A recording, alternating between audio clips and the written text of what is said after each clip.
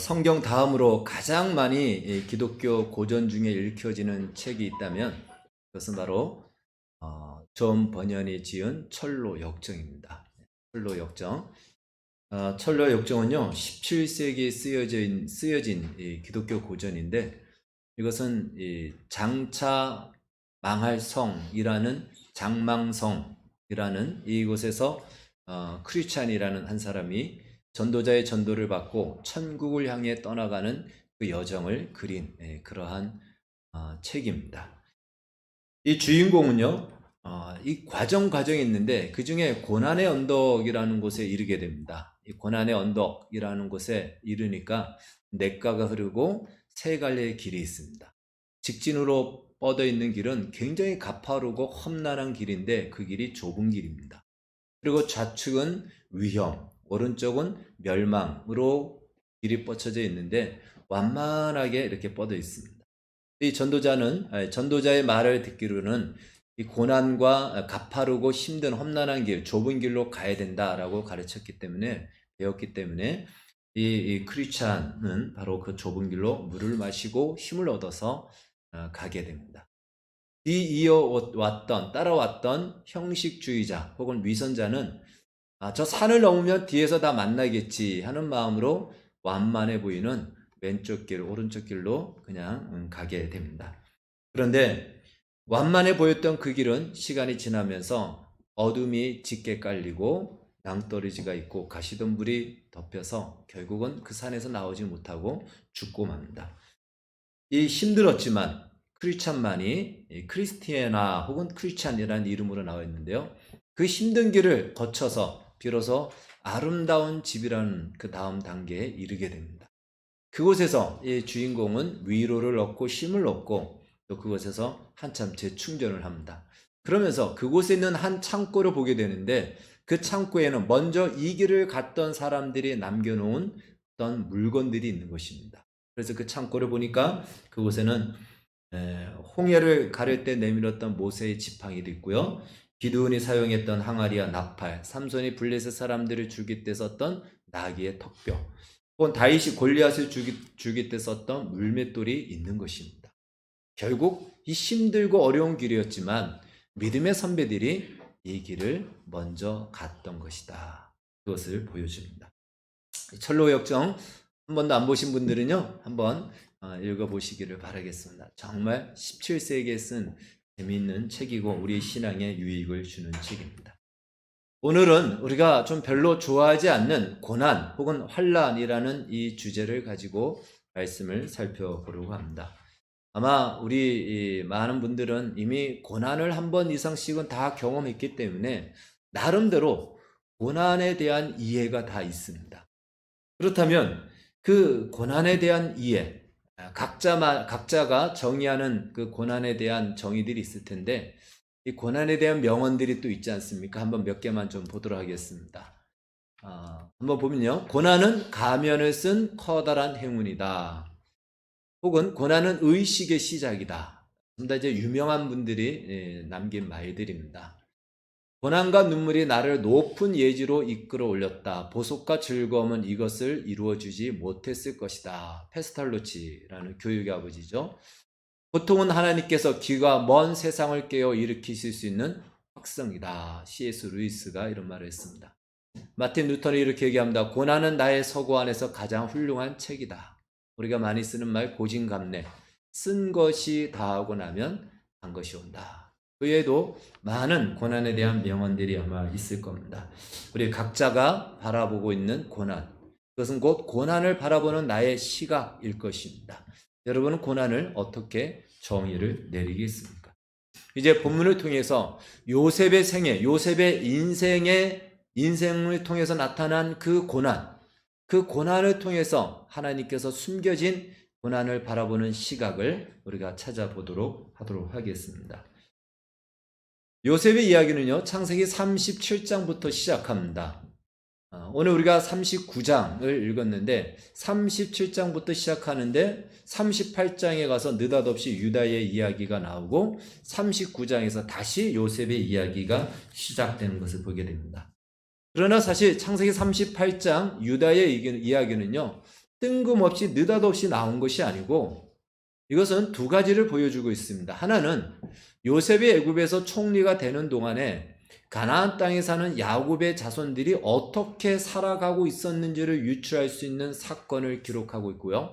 또 하나는 이제 가나안 땅에서 특별히 유다를 대표로 한 유다의 인생과 39장에 나온 요셉의 인생을 대조하여 보여주고 있다는 것입니다. 그것은 무엇을 대조하냐면요. 다른 말로 38장의 유다의 인생은 자기 스스로 인생을 결정하여 살아간 삶의 결과가 무엇인지를 보여주고 39장의 요셉의 인생은 자기 의지와 상관없이 무언가에 이끌려서 살아가는 그의 인생의 결과가 어떠한지를 보여주고 있습니다. 한번 성경을 한번 보면요. 자, 그래서 37장 36절은 이렇게 끝납니다. 그 미디안 사람들은 그를 애굽에서 바로의 신하 친위대장 보디발에게 팔았더라 하고 바로 이어서 38장 그 후에 유다가 자기 형제들로부터 떠나 내려가서 아둘람 사람 히라와 가까이 하니라. 자, 그러면 37장 36절 이어서 바로 39장 1절도 시작되는 것입니다. 요셉이 이제 팔렸다 그랬죠. 요셉이 이끌려 애굽에 내려가매 바로의 신하 친위대장 애굽 사람 보디발이 그를 그리로 데려간 이스마엘 사람의 손에서 요셉을 사니라. 자, 그런데 저기 보면은 38장 1절과 39장 1절에 공통적인 단어가 나옵니다. 여러분 어떤 단어가 공통적일까요? 내려가매, 내려가서, 내려갔다. 이것이 두 구절에 공통적으로 공통적으로 나오는 단어인 것입니다. 그런데 문법이 틀려요. 38장에서는 능동태고요. 39장은 수동태입니다. 그러니까 38장은 이렇게 요약할 수가 있겠죠. 유다가 스스로 아둘람으로 내려갔다. 그리고 39장은 요셉이 이끌려 애굽으로 내려갔다라는 것입니다. 다른 말로 38장은 유다가 자기의 인생, 그러니까 유다의 인생은 자기 스스로 자신의 인생을 살겠다고 자기가 결정하여서 선택한 삶, 이것이 38장이고 39장은 요셉은 의도하지도 않았는데 자기 의지와 상관없이 무언가에 이끌려서 어쩔 수 없이 가야 되는, 어쩔 수 없이 내려가야 되는 바로 그 인생, 요셉이 이끌렸다라고 이렇게 표현하고 있습니다. 근데 39장을 조금 더 정확하게 이렇게 표현한다면요, 요셉이 상인들에 이끌려 애굽에 내려가매 이렇게 써야 됩니다. 완전히 정확한 정상적인 문장이라면. 그런데 성경은 이렇게 말하고 있죠. 요셉이 이끌려 애굽에 내려가매. 그러니까 무엇에 이끌렸다라는 그 표현을 기록하지 않습니다. 누구에게 이끌렸죠? 분명히 상인들의 손에 의해서 이끌려갔습니다. 겉으로 볼 때는 그렇습니다. 그러나 실제로는 애굽으로 이끌어 가신 분은 하나님이라는 것이죠. 자기 의지와 상관없이 살아야 되는 인생, 어쩌면 우리가 그것이 참 불행한 인생이다 이렇게 얘기하지만 그러나 자기의 원하는 대로 살았던 유다의 인생이 어떠한 결과로 끝났는지를 우리가 38장을 통해서 충분히 살펴보지 않았습니까? 근데 39장은 하나님이 함께 하나님에 이끌려서 산 요셉의 인생을 이제 묘사하고 가르쳐 주고 있는 것입니다. 자, 요셉의 현실 속에 펼쳐진 고난 혹은 환난, 그러니까 그 자리에 지금 누가 함께 있다라는 것입니까? 하나님이 함께 있다라는 것이에요. 다른 말로 하나님이 함께 하시지만 고난과 환난은 펼쳐질 수 있다라는 것을 또한 방증하고 있습니다. 오늘 말씀의 결론을 미리 말씀드린다면요, 이렇게 우리는 요약할 수 있습니다. 하나님은 고난이라는, 환난이라는 카드를 가지고 있다가 그것을 써야 할 때가 된다면 시의적절하게 그 카드를 쓰신다라는 것입니다. 38장에서 유다가 자신의 인생을 스스로 살겠다고 했던 그 인생의 결과가 얼마나 비참하고 수치스러움으로 끝났는지를 우리가 보았죠. 그것은 하나님을 떠난 인생의 종말이 무엇인지를 적나라하게 보여주는 것입니다. 에베소서 4장에서는 그것을 이렇게 말씀하고 있습니다. 하나님의 생명에서 떠나있도다. 같이 읽겠습니다. 그들이 시작. 그들이 감각 없는 자가 되어 자신을 방탕에 방임하여 모든 더러운 것을 욕심으로 행하되. 하나님을 떠난 인생은요, 영적 감각이 죽어버렸기 때문에 무엇이 방탕인지를 모르고 모든 인생을 그 방탕에 다 쏟아붓는다라는 것입니다. 방임하여 다 쏟아부었는데 그래서 행하는 행동이 다 무엇이냐면 더럽고 수치스러운 것으로 결과되어지고 열매를 맺는다라는 것입니다. 자, 성경에서 말하는 방탕이라는 것은요, 윤리적으로 무슨 타락한 생활을 한다 그것이 아니고 저렇게 제가 정의를 내렸습니다.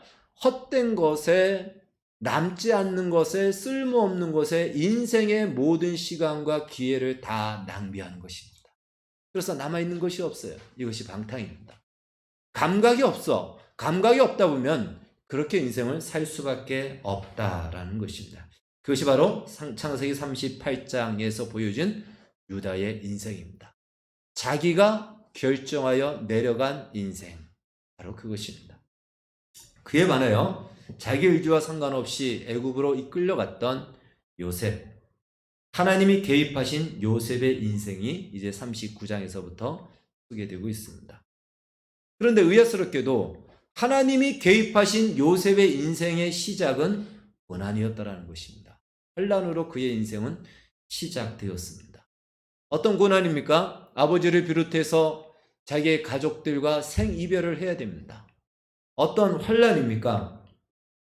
생면부지의 땅 애굽에서 살아야 되는, 그리고 그곳에서 사랑받던 아들의 신분에서 노예의 신분으로 전락하는 천의 고와 같은 인생으로 살아야 되는 그러한 고난과 환난이 시작되었다라는 것입니다. 그것이 요셉의 현실입니다. 자, 그러니까 우리는 여기서 중요한 포인트를 하나 찾을 수가 있습니다. 하나님이 인도하는 인생이라 하여도 모두가 다 장밋빛 찬란한 인생이 아니라는 사실입니다. 우리는 하나님이 인도하신다면 그런 인생일 것이다 라고 생각하는데 그렇지 않다라는 것입니다. 쉽게 말해 세상적으로 보여지는 것이 다가 아니다라는 것을 우리는 먼저 전제를 해야 된다라는 것입니다. 자, 그렇기 때문에 우리 자신을 포함해서 우리 주변에 있는 어떤 사람이 고난을 받는다고 하여, 고난의 시간, 환난이 왔다고 하여 그것이 하나님이 함께하지 않는다라고 단정할 수 없고 단정해서도 안 된다라는 것입니다. 하나님이 함께하지 않아서 오는 유다처럼 스스로 자기의 인생을 자기의 고집대로 살아감으로 겪는 고난일 수도 있고요. 또는 하나님이 함께 하심으로 당하여지고 인도함 받는 과정 속에 있는 고난일 수 있다는 것입니다. 쉽게 우리는 그것을 단정해서는 안 된다는 것입니다. 정말 중요한 것은요, 그러한 고난을 받고 있는데도 불구하고 내가 왜 이런 고난을 받는지를 모르는 것, 그것이 정말 안타까운 것이죠. 만약에 유다처럼 스스로 선택한 고난이라면 빨리 그 자리에서 일어나야 됩니다. 그리고 하나님의 인도 속에 고난이 오는 것이라면 그곳에서 견디고 기다려야 됩니다. 그러니까 이 분별을 할 줄 알아야 된다는 것이죠. 바라기는 우리 모두가 하나님의 인도함 속에서 고난을 받더라도 그 고난 속에서 견디고 기다리기를 주의 이름으로 축원합니다. 자, 고난에 대한 이제 올바른 시각, 이 요셉의 인생 통해서 나타난 고난에 대한 우리가 어떤 시각을 가져야 되는가? 첫 번째입니다. 바로 그것은 같이 읽겠습니다. 시작. 하나님도 고난의 카드를 쓰신다라는 것입니다. 비록 형들의 손으로, 형들이 악한 마음으로, 그리고 오늘 성경에 보니까요, 우리가 성경을 앞에는 읽지 않았지만 요셉이 애굽에 이제 보디발의 노예가 되어서 신분, 그 종이 되어서 살다가 그 보디발이라는 사람의 부인이 이 요셉이 잘생겼고 젊고 똑똑하니까 유혹을 하죠. 그래서 하루는 아무도 없을 때 이 요셉을 유혹하여 요셉을 붙들고 동침하자라고 요셉을 강제로 붙듭니다. 그때 요셉이 옷을 벗어두고 그 자리를 도망가죠. 그러니까 이 어떤 배신감이랄까요? 이 보디발의 아내가 배신감에 거꾸로 요셉에게 모함을 씌웁니다. 저 요셉이 나를 겁탈하려고 했다가 내가 소리를 지르니까 도망갔다. 그래서 내가 이 옷을 붙잡았다. 이걸로 사람들한테 이야기하고 자기 남편에게 이야기를 합니다. 결국은 요셉은 억울하게 누명을 쓰고 이제 지하 감옥으로 제수의 신분으로 또 갇히게 됩니다. 그러니까 형들에 의해서, 형들의 악한 마음에 의해서 팔려갔고 보디발 아내의 이 모함에 의해서 억울하게 감옥에 들어가는 바로 이러한 일들이 일어났지만, 그러나 놀랍게도 형들이 의도했던, 그리고 이 보디발의 아내가 의도했던, 계획했던 그 수렁이 아닌 다른 수렁으로 요셉이 빠졌다는 것입니다. 자, 형들은 요셉을 팔아버렸죠. 애굽의 노예가 되라, 애굽의 종이 되라. 팔렸습니다. 그들의 의도대로. 그런데 팔린 데가 어디냐면 보디발의 집에 팔렸습니다. 보디발은 누구죠? 그 당시 애굽 왕의 경호실장입니다. 친위 대장이에요. 어떻게 그 형들이 상상이나 했겠습니까? 보디발의 집에 팔릴 것이라고 상상도 못했죠. 그러니까 형들의 의도대로 되는 것 같지만 하나님이 만든 수렁으로 데리고 간 것이죠. 하나님께서 고난의 카드를 쓰셨다는 겁니다. 보디발의 아내가 모함해서 이 감옥에 가두려고 했는데 진짜 감옥에 갇혔습니다. 의도대로 된 것 같아요. 그런데 그 감옥이 어떤 감옥이냐면 왕의 제수들만 갇히는 감옥에 갇히게 됩니다. 그리고 요셉은 이후에 보면은 그 감옥 안에서 술관원장을 만나고 술관원장을 통해서 애굽의 총리가 되어지는 그런 만남이 이루어지게 됩니다. 그러니까 보디발의 아내의 의도대로 감옥은 갇혔는데 자기가 의도했던 감옥이 아닌 하나님이 의도한 감옥으로 가게 됐다는 것이죠. 그러니까 우리가 쉽게 이야기한다면 형들이 쓴 카드대로 되지 않았다는 것입니다. 보디발의 아내가 쓴 카드대로 되지 않았고 하나님이 가지신 카드대로 이 요셉의 인생이 인도함 받고 있었다는 것이죠. 그러니까 하나님도 고난의 카드를 가지고 있다는 것이에요. 종으로 팔리고 감옥에 들어가야 되는 고난의 카드를 사용하신다라는 이 사실을 우리는 기억해야 될 것입니다. 자, 고난에 대한 올바른 시각 두 번째입니다. 자, 두 번째 한번 같이 읽겠습니다. 시작. 하나님이 함께 하셔도 고난의 현실은 얼마든지 펼쳐질 수 있다라는 것입니다. 요셉이 보디발의 노예로 팔릴 때 성경은 이렇게 묘사합니다. 창세기 39장 2절에 보면은 여호와께서 요셉과 함께 하심으로 그가 형통한 자가 되어 그의 주인 애굽 사람의 집에 있으니 그의 주인이 여호와께서 그와 함께 하심을 보며 또 여호와께서 그의 범사에 형통하게 하심을 보았더라. 뿐만 아니라 요셉이 누명을 쓰고 감옥에 갇힐 때도 성경은 이렇게 묘사하고 있습니다. 39장 23절 보면은 간수장은 그의 손에 맡긴 것을 무엇이든지 살펴보지 아니하였으니 이는 여호와께서 요셉과 함께 하심이라 여호와께서 그를 범사에 형통하게 하셨더라. 그러니까 성경은 두 가지를 말해주죠. 하나님이 요셉과 함께 하셨다. 그리고 요셉이 형통하였다라는 것입니다. 그럼 우리는 하나님이 요셉과 함께 한다는 것을 우리의 눈으로 볼 수 있나요? 보지 못하죠. 지금 여러분 우리 각자에게 하나님이 함께 한다는 사실을 누가 볼 수 있나요? 보이지 않죠. 요셉과 함께 한다는 것도 우리는 못 봅니다. 보이지 않아요. 그런데 요셉의 인생 속에 일어나는 일을 통해서 하나님이 함께 한다는 것을 우리는 분별하고 확인할 뿐입니다. 성경은 하나님이 요셉과 함께 하셨다라고 이야기하고 또 마치 그 결과로 요셉이 형통하였다라고 이렇게 소개하고 있습니다. 그런데 요셉의 실상을 보면은 납득하기가 어렵다라는 것이에요. 하나님이 함께 하시는데 왜 이런 고난이 있고 하나님이 함께 하셔서 형통한데 요셉의 실상은 더더욱 안 좋은 곳으로 더 점입가경이라는 정말 고난의 점입가경으로 들어가고 있다는 것입니다. 비유하자면요, 요셉은 본래 가나안 땅에서 아버지의 아들로 살 때는 단독 2층 집에서 살았습니다. 그런데 형들에 의해서 노예로 팔렸습니다. 단칸방으로 어쩔 수 없이 이사가게 됐습니다. 그런데 그나마 단칸방이라도 괜찮았는데 이 보디발의 아내의 모함에 의해서 감옥에 갇히죠. 햇빛이 전혀 들지 않는 지하 1층도 아닌 지하 2층으로 결국은 이사가게 되는 상황입니다. 여러분, 이것이 요셉의 현실이고 요셉의 실상입니다. 과연 하나님이 함께 하신다, 그리고 형통하다라고 말할 수 있는 상황이냐 이거예요. 어떻게 이것을 우리가 받아들여야 되냐 이거죠. 그래서 오늘날도 마찬가지입니다. 우리는 하나님이 함께 하신다는 것과 내가 형통하다는 것에 대한 이 생각이 성경이 말하는 것과 나의 현실과 다르다는 것 때문에 그 괴리 속에서, 그 딜레마에 우리는 시험에 빠지게 되는 것이죠. 그런데 우리는 여기서 두 가지를 자세히 살펴봐야 됩니다. 하나님이 함께 하셨다라는 이것이 무엇이냐 이거예요. 여러분, 요셉의 현실은 지금 깊은 고난의 터널 속에 있습니다. 사방으로 아무리 봐도 탈출할 수 있는 비상구가 보이지 않습니다. 그런데 사방으로 꽉 막힌 그 현실 속에 놀랍게도 작은 기적이 일어납니다. 하나님의 함께 하심은, 고난 속에 있는 하나님의 사람들에게 하나님의 함께 하심은 이렇게 나타난다라는 것입니다.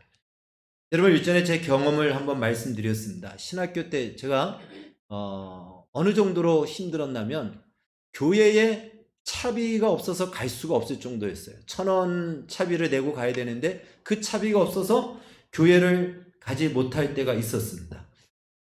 그래도 이제 또 이렇게 차비가 생기고 해서 교회를 교회를 가고 사역을 했는데, 하루는 금요기도회를 가는 중에 그 교회를 가기 위해서는 시장통을 지나가야 됐습니다. 겨울이 가까워지고 있었기에 여름 옷을 입고 있던 저는 겨울 바지를 보면서 겨울 바지 하나 있으면 좋겠다, 이런 마음을 그냥 마음만 갖고 갔습니다. 그러나 차비도 없던 저에게 그 옷을 산다라는 것은 굉장히 언간생심이죠. 생각할 수도 없는 것이었습니다. 금요기도를 다 마치고 이제 교회에서 제가 잠을 자게 됐는데 전화가 왔습니다. 저를 위해서 기도해 주는 어떤 분이 전화가 왔습니다. 그리고는 이렇게 얘기합니다. 전도사님, 겨울바지 2장을 사놓았는데 가실 때 찾아가세요 라고 이렇게 전화가 옵니다. 그 전화를 받는 순간 제가 얼마나 경악하며 놀랐겠습니까? 하나님이 그냥 내가 기도도 하지 않고 그냥 내 마음에 그런 원함 속에 잠시 그 피로를 느꼈을 뿐인데 하나님이 그걸 하시구나, 그걸 하시고 바로 이렇게 응답해 주시는구나. 정말 전율을 느꼈습니다. 사실 2장은 지금도 있습니다. 지금도 잘 입진 않지만 가지고는 있습니다. 그런데요, 그렇게 나의 머릿속의 생각까지도 아시고 그 피로를 채워주시는 하나님인데 그 당시의 고난의 현실은 여전히 그대로였더라는 것이에요. 아마 여러분들도 많이 느꼈을 겁니다. 고난인데 그 고난 속에 작은 기적들을 보여주시면서 하나님이 나와 함께 한다는 것을 알려주시는데 나의 이 고난의 현실은 여전히 그대로라는 것이에요. 뭘 말해주고 있죠? 하나님이 함께 하신다고 해서 고난이 없다라는 것이 아니라는 거예요. 고난 속에도 하나님은 함께 하시고 하나님이 지금 이 고난을 허락하고 있다라는 사실을 우리에게 말씀하고 있는 것입니다. 요셉도 바로 그것입니다. 하나님이 요셉과 함께 하시면 고난이 없어야 될까요? 그렇지 않습니다. 하나님이 함께 한다는 것을 오늘 성경은 말해주고 있잖아요. 왜요? 보디발이나 간수장이 하나님이 함께하는 사람이구나 라는 걸 알았다는 거예요. 그러나 요셉은 여전히 고난의 현실이에요. 여전히 종이고 여전히 노예고 여전히 죄수고 여전히 그 환경은 감옥이라는 것입니다. 그러면 어떻게 우리가 유추할 수 있을까요? 바로 이것입니다. 주인이 열쇠를 하나 잃어버렸어요. 근데 이걸 누가 혹시 훔쳐갔는지도 모르기 때문에 열쇠를 다 찾습니다. 집안 사람들 모두 동원해서 다 찾는데 아무도 못 찾아요. 근데 요셉이 그냥 지나가다가 화분 하나 탁 들었는데 화분 밑에 열쇠가 있는 겁니다. 근데 그런 일이 한두 번이 아니에요. 그러니 사람들이 봤을 때, 주인이 봤을 때 신통하다. 왜 다른 사람이 하면 안 되는데 요셉이 하면 되지? 이런 것이 하나님이 함께 한다는 증거인 것입니다. 여러분, 고난의 현실이 없어지지 않는다고 해서 하나님이 나와 함께 하지 않는 것이 아니에요. 그 안에서 하나님이 나와 함께 하는 증거를 하나님은 수없이 우리에게 보여주시고 있어요. 제가 성도들의 현실과 상황들을 이야기를 듣고 하다 보면은 하나님이 함께 한다는 증거를 굉장히 많이 보게 됩니다. 그러나 그를 둘러싸고 있는 현실은 여전히 그대로라는 거예요. 하나님이 여전히 함께 하신다. 이것이 함께 하신다는 증거지, 이 환경과 현실이 다 없어지는 것이 함께 하는 것이 아니라는 것입니다. 또 우리가 기억해야 될 것은 형통하였다라는 말입니다. 형통하였다라는 말은요, 영어로 번역되기를 success 이렇게 발음하죠. 이 success예요. 성공하다라는 거예요. 그런데 성공하는 것입니까? 성공하다는 것은 무슨 뜻이죠? 내가 생각하고 계획하고 또 내가 의도했던 대로 이루어질 때 그게 성공했다라고 얘기하죠. 그걸 가지고 형통했다라고 얘기합니다. 요셉이 이걸 의도했습니까? 요셉이 이걸 계획했습니까? 전혀 그렇지 않아요. 그런데 요셉은 지금 형통합니다. 그것은 누구의 뜻, 누구의 계획대로 진행되고 있다는 것입니까? 하나님의 계획과 하나님의 의대대로 한 발자국 한 발자국 착착 진행되고 있다는 것입니다. 그러니까 형통이라는 말은요, 우리의 생각대로 이루어지는 것이 형통이 아니고 하나님이 나를 통한, 나를 향한 계획과 뜻이 이루어지는 것이 형통이라는 것이에요. 지금 요셉은 앞서 말씀드린 대로 단독 2층에서 단칸방에서 지하 2층으로 내려가는 고난의 점입가경으로 내려가고 있습니다. 고난에 엎친겨 덧친겨 그냥 고난이 왕창 밀려와요. 그러나 형통하다라는 것입니다. 하나님의 뜻이 이루어지고 있다는 사실입니다. 그렇기 때문에 우리의 인생 속에서도 왜 이 고난이 끝났는데 또다시 고난인가? 형통하지 않은 것이 아니라는 거예요. 우리는 쉽게 그렇게 이야기해서는 안 된다는 것입니다. 오히려 이것을 통해서 지금 하나님의 뜻이 이루어지고 있는 형통한 인생일 수 있다는 사실입니다. 그래서 우리는 이 고난을, 요셉의 고난을 통해서 우리의 시각을 이렇게 재조정을 해야 될 것입니다. 이제 마지막으로 고난에 대한 올바른 시각 세 번째입니다. 자, 한번 고난이야말로인데요. 한번 같이 읽겠습니다. 시작. 하나님을 하나님 되게 하시고 우리를 하나님의 사람으로 만들어가는 하나님의 방법이다라는 것입니다. 우리는요, 우리가 견딜 만한 고난은 우리의 힘으로 견뎌냅니다. 그런데 우리가 견딜 만한 힘이 안 되고 견딜 수 없는 고난일 때 비로소 우리는 하나님 앞에 엎드리게 됩니다.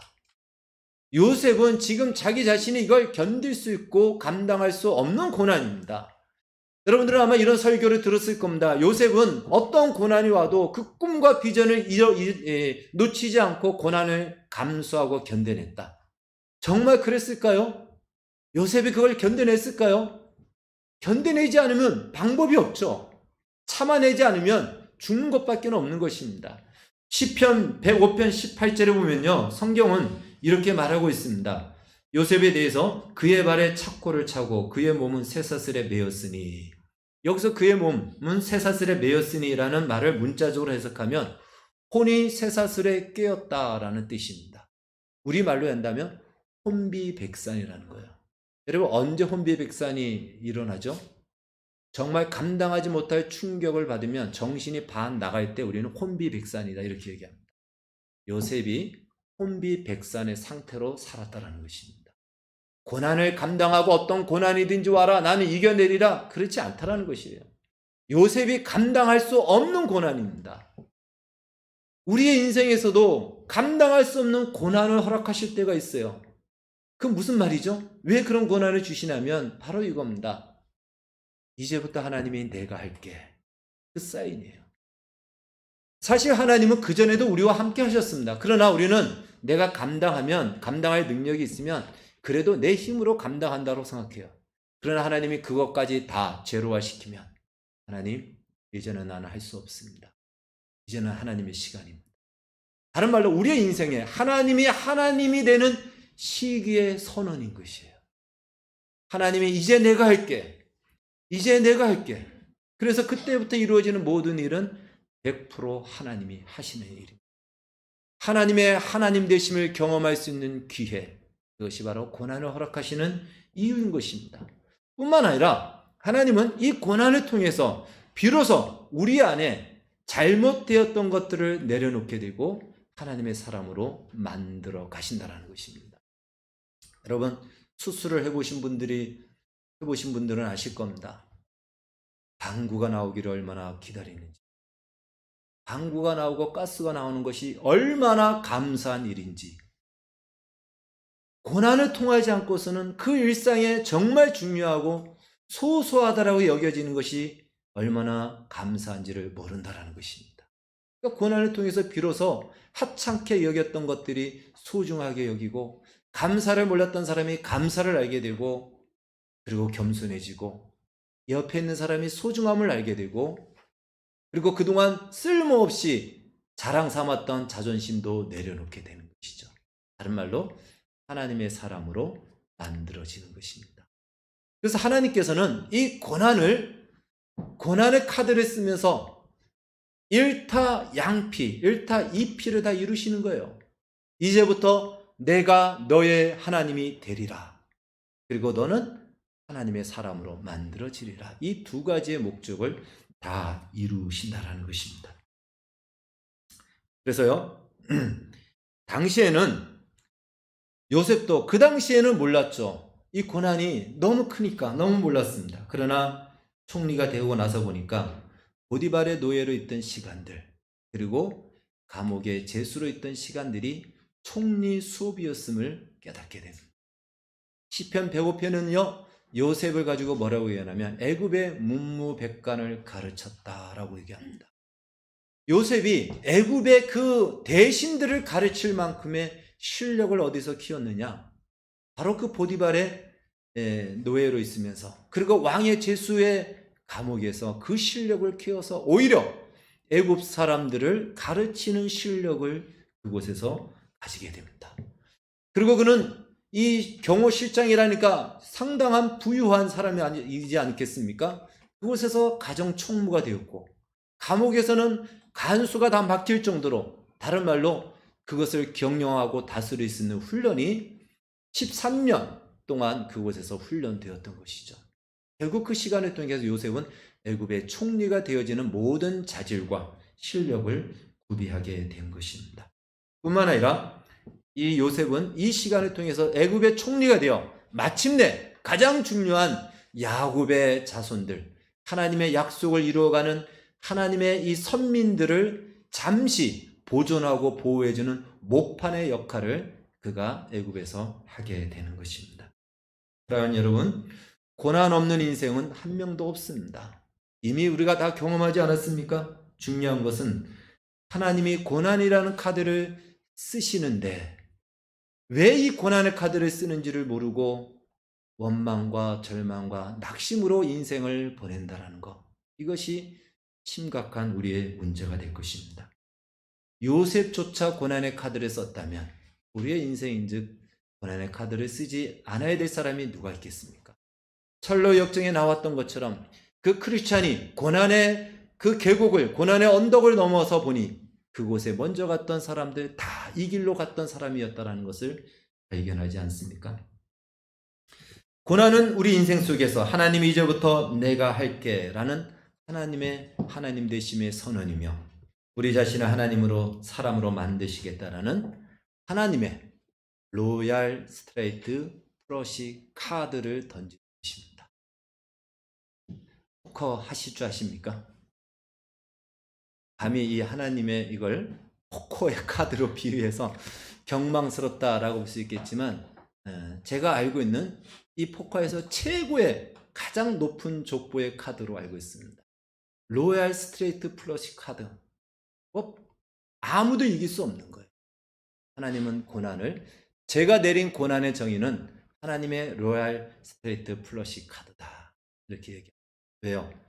그 고난의 카드를 통해서 하나님이 진짜 나의 하나님으로서 하나님이 어떠한 분인지를 보여주시겠다라는 것이고, 나를 하나님의 사람으로 만들겠다라는 하나님의 의지의 선언이기 때문에 그렇습니다. 그래서 성경은 이렇게 이야기합니다. 로마서 5장 2절 말씀 보면 이렇게 얘기해요. 다만 이뿐 아니라 환난은 인내를, 인내는 연단을, 연단은 소망을 이루는 줄 알미라. 그런데 이 로마서 5장 1절에서는 뭐라고 얘기하면 우리가 그리스도 예수와 함께 하나님과 화평을 누리자라고 얘기해요. 화평을 누리는 즐거움. 그런데 다만 이뿐 아니라, 다른 말로 무엇이죠? 하나님과 온전한 화평과 영광을 누리는 그 자리에 우리를 세우기 위해서 하나님이 쓰시는 방법은 다만 이뿐 아니라 환난으로, 인내로, 연단으로 그 자리에 이르게 하시겠다라는 것입니다. 다시 한번 하나님께서 어떤 방법으로 요셉의 인생 속에 개입하셨고 요셉을 요셉되게 하셨고 또한 하나님을 하나님 되심을 나타내셨는지를 살펴서, 비록 요셉처럼 지금 당장은 내가 원하는 현실이 아니라 할지라도 그런 현실이 펼쳐지지 않는 것 같아서 마치 내가 저주를 받은 것 같고 불행한 것 같을지라도, 혹시라도 내가 잘못된 선택을 했다면 그 자리에서 돌이키고 하나님의 인도 속에 있다면 참고 더욱 하나님 앞에 가까이 나아가 기다리고 기대함으로 말미암아 하나님이 마침내 우리를 세우시는 그 자리. 그래서 시편 119편 71전에 다윗이 고백한 것처럼 고난당한 것이 내게 유익이라 이로 말미암아 내가 주의 율례를 배웠나이다 라는 이 믿음의 고백의 자리에 여러분 모두와 제가 다 서기를 주의 이름으로 축원합니다. 기도하겠습니다. 하나님 아버지 감사합니다.